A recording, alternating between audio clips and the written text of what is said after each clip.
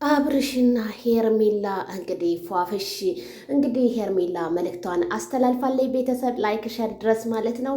ኦ ሲጀመር መውደድን የመሰለ ሰላም የለም ብላለች። አይ ሄርሜላዬ አንቺማ ምን አለብሽ የሰው ባልወደሽ ይሄው ለጤና ያድርግልሽ ይስማማሽ ብለን እኮ መርቀን ሰጠን። አዎ መውደድን የመሰለ ነገር የለም።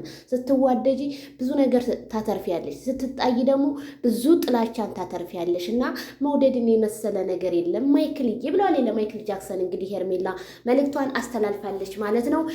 ሄርሜላ ከረሜላ እንደው እኔ በጣም እየተገረምኩኝ ያለሁትኝ እንደ የመጨረሻቸው ነገር ነው። ቤተሰብዬ የመጨረሻው ነገር በጣም አሳስቦኛል። መጀመሪያው ሳይሆን መጨረሻውን አሳምርልኝ እንደሚባለው እንደው መጨረሻው ምን ይሆን? ምን ይሆን? እንደዚህ ወደድኩ አፈቀርኩ በጣም ደስተኛ ሆናለች። አሁን ሄርሜላ በቃ ፍንድቅድቅ እያለች ነው። እንደው አብርሃም ነገ የተቀየረባት እንደሆንስ እያልኩ ነው። ለምን ብትሉ መቼም የወለደ ሰው ተራርቆ አይራራቅም ብዬ ነው። የተወላለደ ሰው በፍጹም እና እኔ እንደው የሆነ በቃ ማለት የፈጠረብኝ ነገር አለ ማለት ከተለያዩስ አሁን የማዳም ቅመሞች ለእነሱ የተለያየ ነገሮች ሰርፕራይዝ እያደረጉ ነው በሄርሜላ በኩል የሚባልም መረጃዎች ደርሰውኛል። ግን ያርጓቸው፣ ደስ ይለኛል፣ ያርጓት ሄርሜላንም።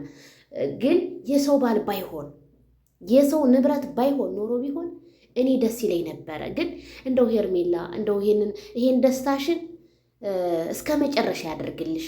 ግን እኔ ፈርቻለሁ። እስከ መጨረሻው የሚሆን አይመስለኝም። ቤተሰብ ፍራት ብሎኛል። ምክንያቱም ሴት ልጅ ቀለበት ሰርልኝ ካለች ነገሩ አብቅቷል። ቀለበት ሰርልኝ ማለት የለባትም።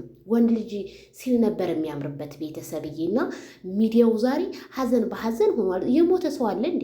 ቲክቶክ ስገባ እንደው ክላሲካል ነው የማየው። የሞተ ሰው አለ እንዴ ቤተሰብዬ? ማሞቶ ነው ዛሬ ሚዲያው ምን ነው ሀዘን ወረሰው? አይ ማይክል ጃክሰን